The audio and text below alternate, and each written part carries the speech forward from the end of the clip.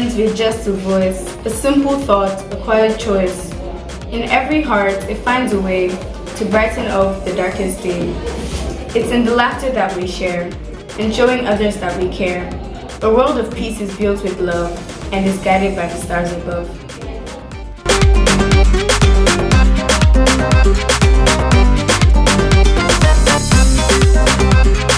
Peace is not a distant dream, but something far away. It lives in the hearts of those who choose a better way. In the kindness of your hand, a smile to a friend, a word that heal and bring us closer and help all those to men. Thank you. Exactly. Oh, what a peaceful day. Yes, what a peaceful day. When we speak of peace and hope and love is what it shows. The seed of peace is planted there and soon it starts to grow. Let us be the ones to choose and plant our seed each day. For peace will bloom when we decide to live in harmony.